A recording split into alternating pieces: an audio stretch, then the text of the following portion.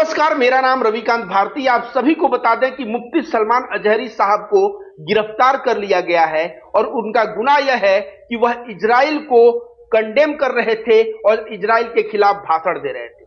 वह फिलिस्तीन के गाजा पट्टी पे जो मासूम बच्चों का, अस्पताल पे महिलाओं को जो कत्लेआम हो रहा है, उस कत्लेआम से उनका हृदय बहुत दुखित था और वह भाषण देते हुए इजराइल को खरी खोटी सुनाते हैं और वह कह देते हैं कि आज खामोशी है, कल शोर आएगा, आज कुत्तों का दौर है, कल हमारा दौर आएगा।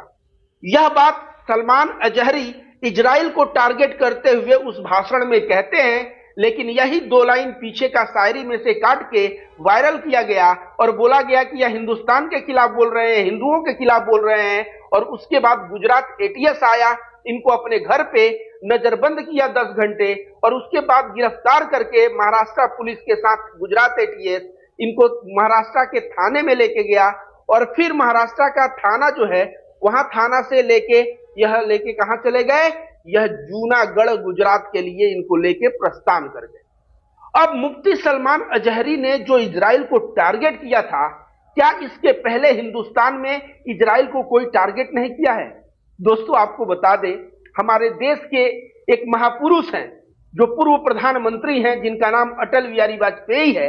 वह इजराइल को ना भाषण देके उसकी औकात दिखाई और कहा कि अगर कोई विदेशी ताकत हमारा जमीन अगर छीनता है, इस चीज को हम बर्दाश्त नहीं कर सकते। ठीक उसी प्रकार फिलिस्तीन का जमीन जब हम अपने लिए बर्दाश्त नहीं कर सकते तो दूसरे के लिए भी नहीं। अगर फिलिस्तीन का जमीन इजराइल ने लिया है तो इजराइल को वह जमीन छोड़ना पड़ेगा। और अटल बिहारी वाजपेयी ने इजराइल का विरोध किया था।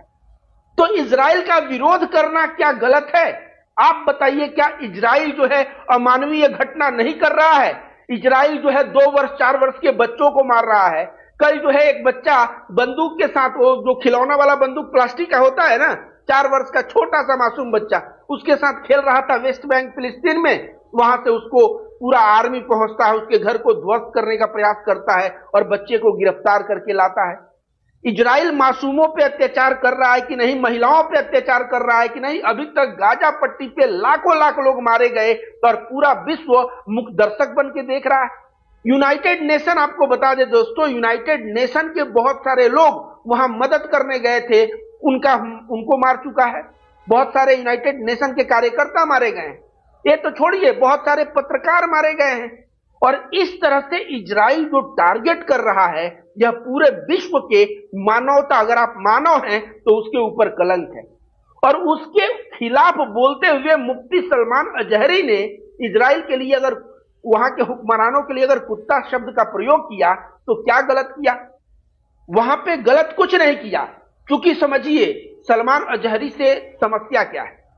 यति नरसिंहानंद नामक कुकुर को तो आप लोग जानते होंगे, यति नरसिंहानंद सरस्वती नाम था उसका।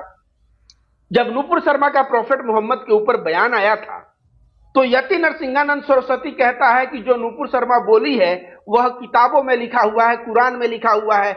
मैं कुरान सीडी उडी सब लेके आ रहा हूं जामा मस्जिद। 17 जून को 2022 की बात है, 17 जून को इंडिया का कोई भी इस्लामिक स्कॉलर, मौलाना, मुफ्ती, किसी में अगर हिम्मत है तो आ जाए और मेरे साथ डिबेट कर ले। उस वक्त हिंदुस्तान के कोई भी मुफ्ती मौलाना ने आवाज नहीं उठाया, सिर्फ एक बंदा आवाज उठाया और जिसका नाम था मुफ्ती सलमान अजहरी। और यह बोले कि मुझे चैलेंज कबूल है, मैं 17 जून को आऊंगा, तू किताब लेके आना, सीडी लेके आना और तू प्रमाणित करना। यह 17 जून को जामा मस्जिद दिल्ली पहुंचे, बहुत भव्य इनका स्वागत हुआ। यति नरसिंहानंद का इंतजार होता रहा। यति नरसिंहानंद वो पता नहीं, वो दासना मंदिर से भी उस दिन भाग गया होगा, मुझे लगता है। जामा मस्जिद आने की तो बात छोड़िए। उसके बाद पूरे सोशल मीडिया पे ट्रोल हुआ यति नरसिंहानंद और सलमान अजहरी की हर एक जगह तारीफ हुई, क्योंकि यति नरसिंहानंद वही शख्स है कि जो आए दिन नरसंहार के लिए भाषण देता फिरता था, मुसलमानों के नरसंहार के लिए, उसको औकात दिखाया। आज यति नरसिंहानंद मार्केट से गायब है। क्यों गायब है पता है? क्योंकि हिंदू लोग भी जो होते हैं ना, यति नरसिंहानंद के चेले चपाड़े, जो नकली नफरती, वे लोग भी देखते हैं कि अगर सामने वाले में दम नहीं है तो उसके साथ खड़ा नहीं होते, उसके साथ खड़ा होना छोड़ दिए, उसका वीडियो शेयर करना बंद कर दिए।